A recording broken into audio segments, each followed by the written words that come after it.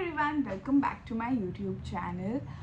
Firstly, I'm really sorry I haven't been making content in the past 1 month. I was traveling for a bit and after that I fell ill. I was not doing really well health wise, but I got a lot of messages from the 900 subscribers I have and very thoughtful questions and thoughtful messages. So I thought let's start off with doing a Q&A video and answer the few questions that I got while I was away.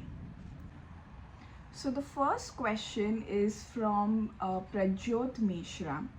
The question is about preparing for LLM in the US or UK and how to build a strong CV. So to answer your question, Prajyot, um, you, good grades really matter, and especially for top universities like T12, T14 universities, you need to have good grades while in law school in your home country. And whatever experience you have with internships, moot courts, research work voluntarily, you need to make use of all of that. And what I would say is that if you have a lot of work experience, that after doing your first degree of law and you have worked for 2-3 years, your grades won't matter as much. Then you can really focus on your work experience.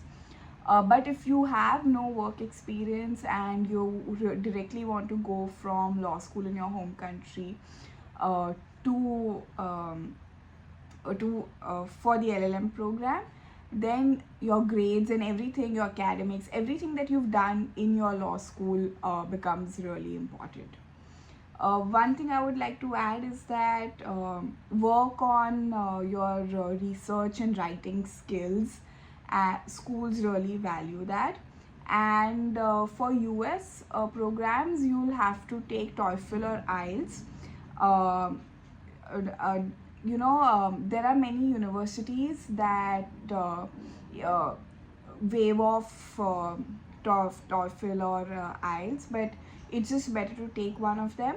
And for UK, you definitely need to take IELTS. There is no entrance exam as such for an LLM degree, but you need to make sure that you have a really good SOP, basically statement of purpose.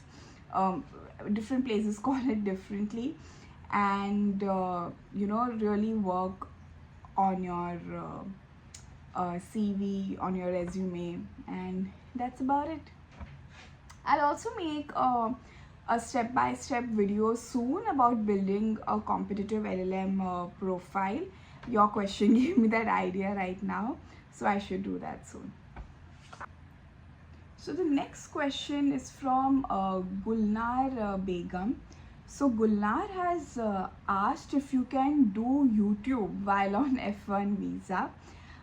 Quite an interesting question. The short answer is yes. You can create content. You can make reels on Instagram the same way you can do YouTube. But of course, you cannot earn money from it until you have proper work authorization. So just in short, I don't want to go much into detail. While you're on F1 visa, you definitely can make YouTube content, at least start making YouTube content.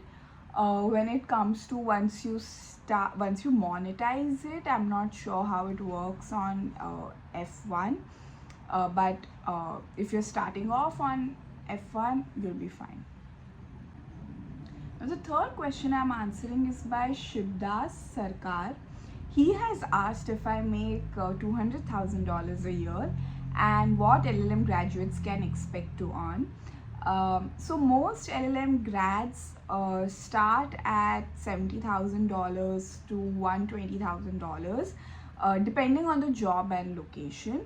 Like for example, in New York City, it's very common to make somewhere between 70 to 110 if you are not in big law, in a mid-sized firm or a small firm.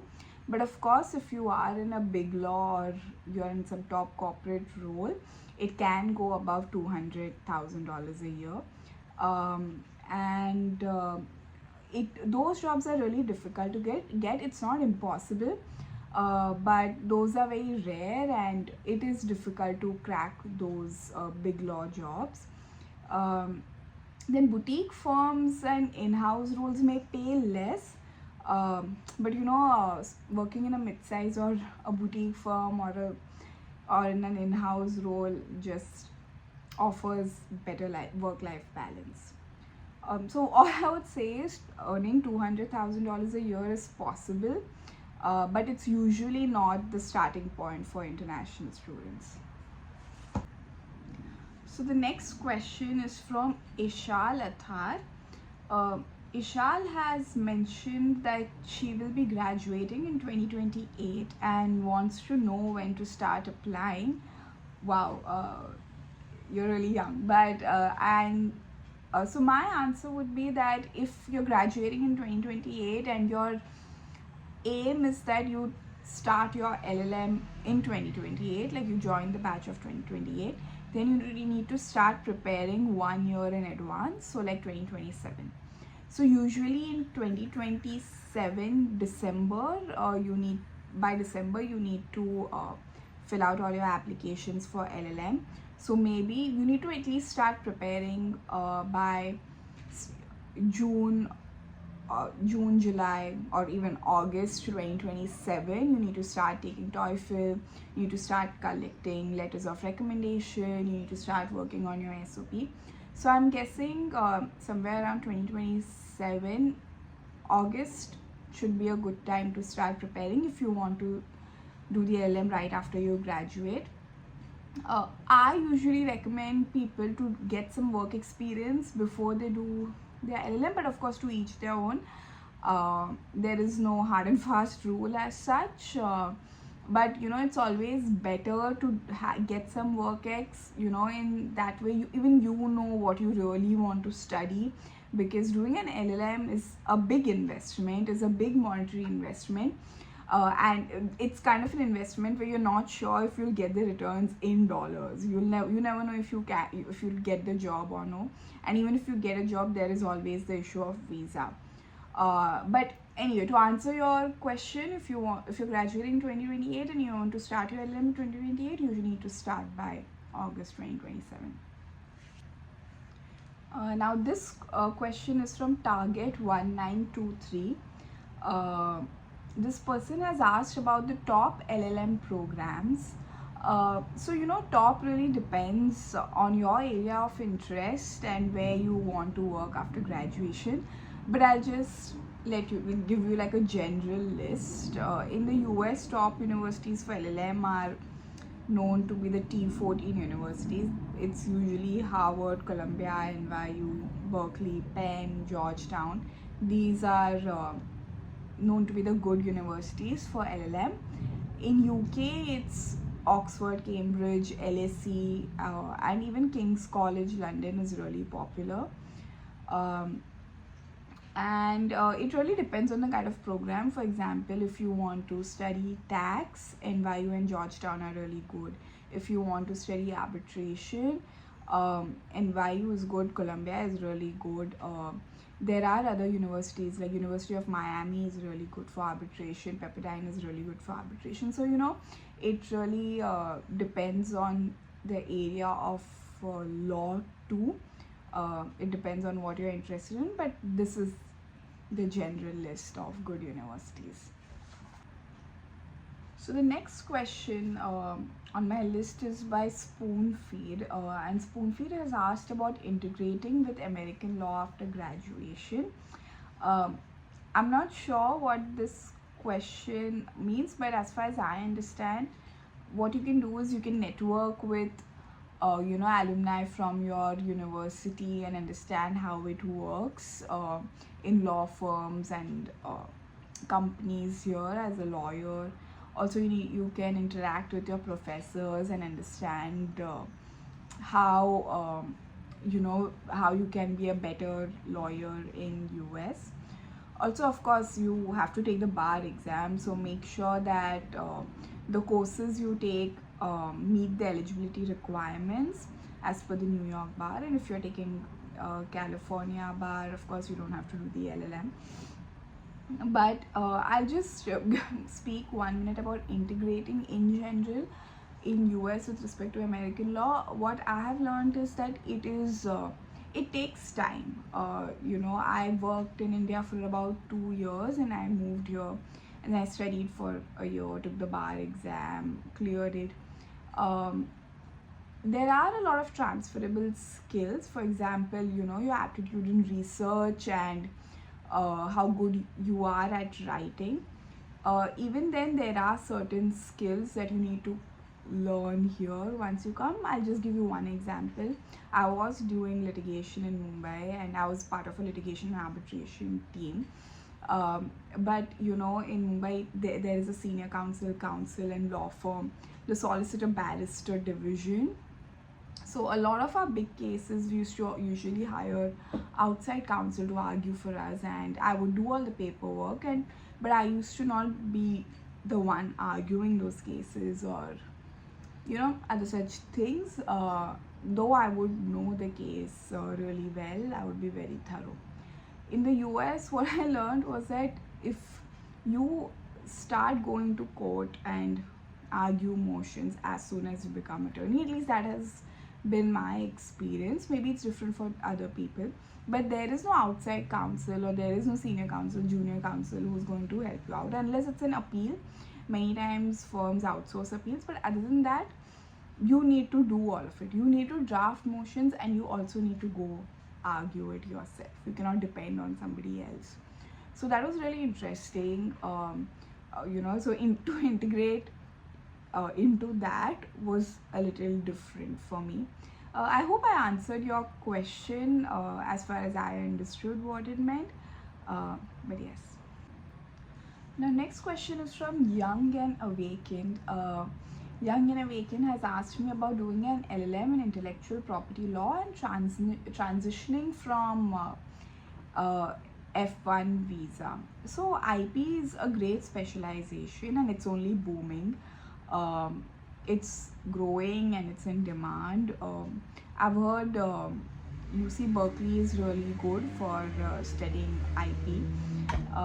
And for visa transition, so most students go from F1 visa to OPT, which is your optional practical training. And since LLM is a non-STEM degree, you have 1 year of OPT, and then if you get a job and if your firm sponsors, you move to the H1B, which is the work visa. Now, if you're targeting IP law, I would suggest you network with firms and network with people, get in touch with them on LinkedIn, basically the people who work in IP and tech, because they are more likely to sponsor. I don't do IP, so that's all I can say, but I know for a fact that it is a lot in demand and it's growing. Now, this question is again from Gulnar Begum. She has asked, what happens after your OPT expires? So the most common path after OPT is that you transition to the H1B visa. But it doesn't happen after your OPT expires. While on OPT, you need to work for a firm or a company that will sponsor your H1B visa. So that's the usual transition. Now, H1B visa, as I have made a video on this, but it's a lottery system. And so if you don't get picked in the lottery, then you have to pack your bags. But if you have a partner who has H1B and the company has already filed for green card and you have got an I-140, then you can go on H4 visa, which you can be on H4 visa, which is the dependent visa, and you can get work authorization on dependent visa. So that is another way to stay in the US after your OPT expires. But it's usually just the H1B. I know this is stressful, And I've done a video on the kind of visas after your LM. I'll link it down below. Now the last email I'm going to pick in this video is Tushar's.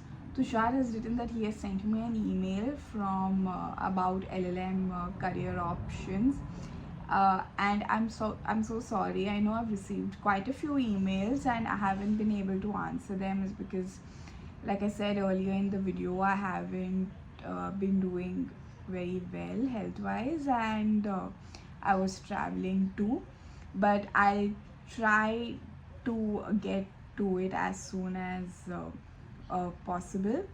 But here's a quick tip: if I don't respond, which I'll try to, of course, if I don't respond, there are many other people who you can get in touch with on LinkedIn.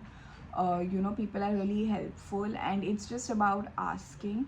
So if I'm not able to respond, I'm really sorry, but get in touch with other alumni from the college you're aiming for, and I'm sure they'll guide you too. So thank you so much to Prajjot, Gulnar, Shivdas, Karthik, Ishal, Target, Spoonfeed, Young and Awaken, and Tushar, and everyone else who uh, sent me questions below my YouTube videos.